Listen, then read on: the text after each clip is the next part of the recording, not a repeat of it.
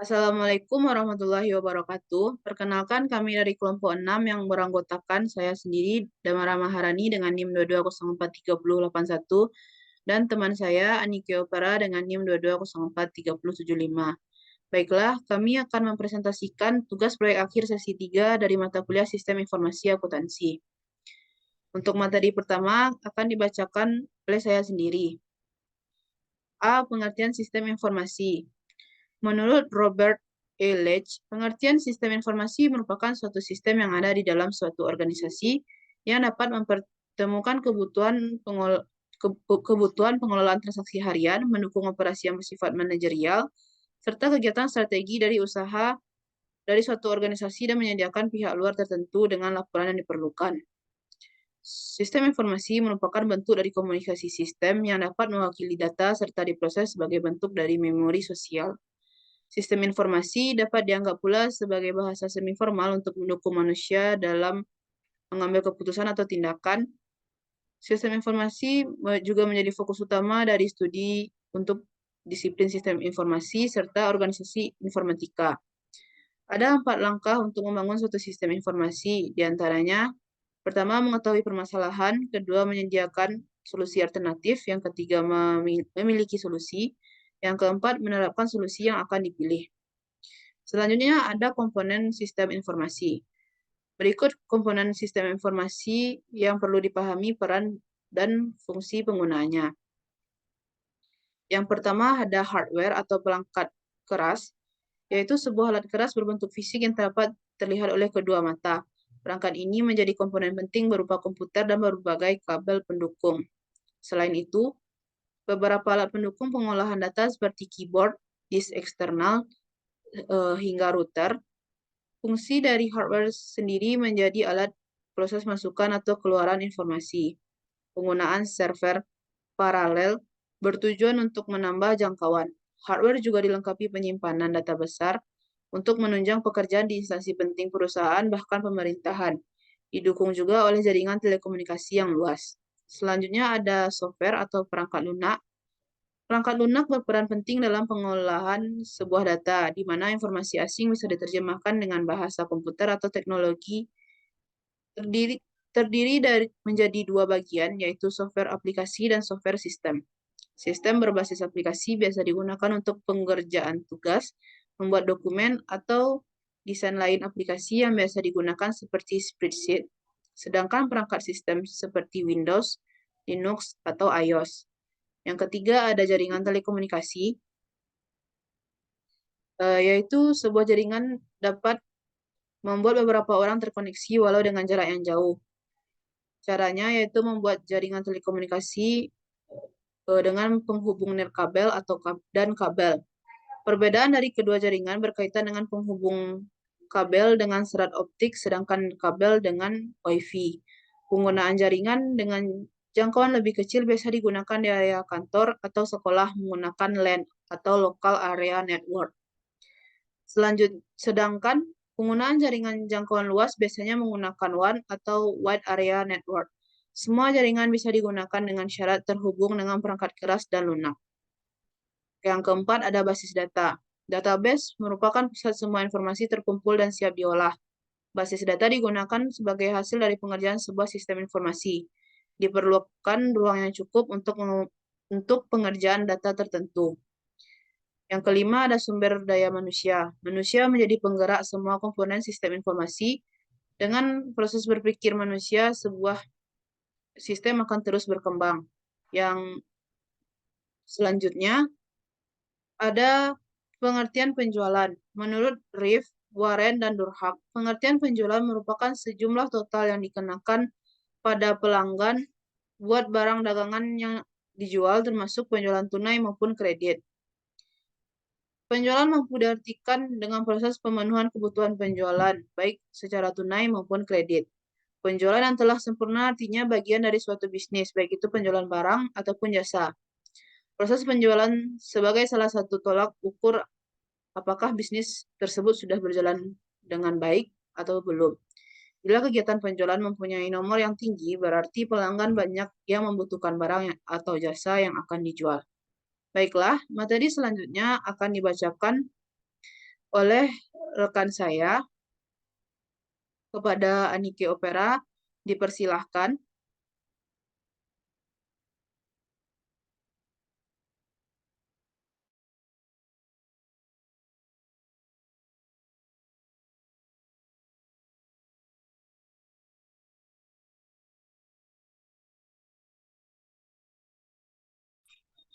Baiklah, saya akan melanjutkan materi yang disampaikan oleh teman saya.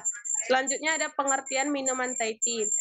Thai tea adalah minuman yang terbuat dari campuran teh hitam, ada manis, kapulaga, gula, bunga jeruk, dan susu. Jenis minuman ini disebut juga dengan cayen. Teh ini bisa dijadikan dengan tambahan susu atau tidak dengan es atau juga bisa hangat. Thai tea adalah minuman teh yang manis kaya akan rasa dan aroma. Thai tea mulai dikenal oleh masyarakat Thailand sejak tahun 1980-an. Asal-usul Thai tea sendiri pertama kali dikenalkan oleh saudagar Cina yang menyalurkan Cayen tea ke Thailand. Dari bahan dasar Cayen tea inilah Thai tea dibuat dan menjadi ciri khas dari Thailand. Minuman yang menjadi proyek kami yaitu minuman komunal yang beralamatkan di Jalan Cendrawasih, Air Tawar Barat, Kecamatan Padang Utara, Kota Padang, Sumatera Barat, yang berdiri pada tahun 2020 dan memiliki 2 owner. Baiklah, gambar 3.1 struktur organisasi minuman komunal. Yang pertama pemilik, selanjutnya penjualan dan pembelian. Next. Selanjutnya ada flowchart penjualan minuman Thai tea. Yang pertama mulai, selanjutnya yaitu persiapan bahan. Langkah ini akan mencakup proses mengumpulkan semua bahan yang perlu seperti teh celup, gula, air, susu kental manis, es batu, dan bahan tambahan lainnya. Selanjutnya input teh. Proses membuat teh diperlukan untuk minuman. Ini melibatkan merebus air, menambahkan teh celup dan gula jika diperlukan untuk membuat campuran teh. Selanjutnya penyaringan ke dalam gelas.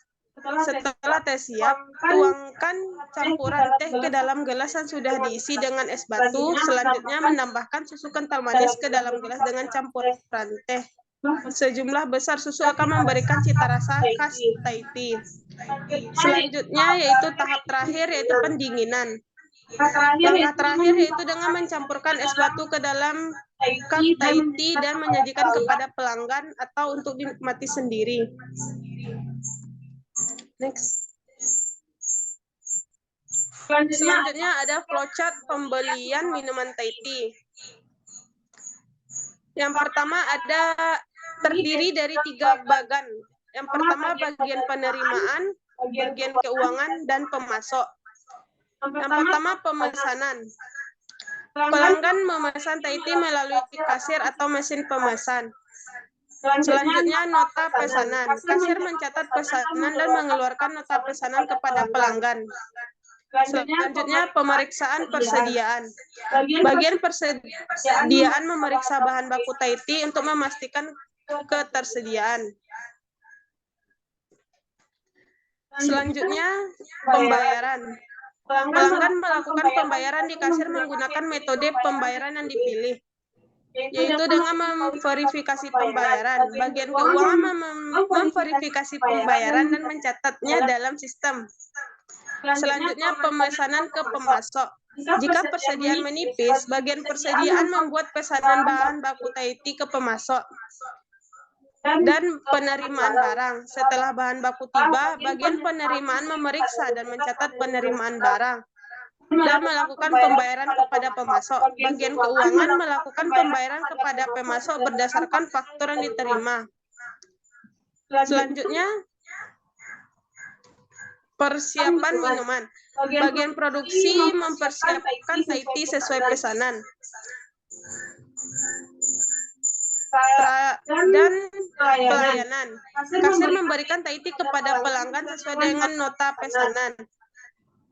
Selanjutnya pelaporan penjualan. Bagian keuangan mencatat penjualan harian dan menyusun laporan keuangan. Pelaporan persediaan yaitu bagian persediaan memberikan laporan tentang stok bahan baku dan bahan habis pakai.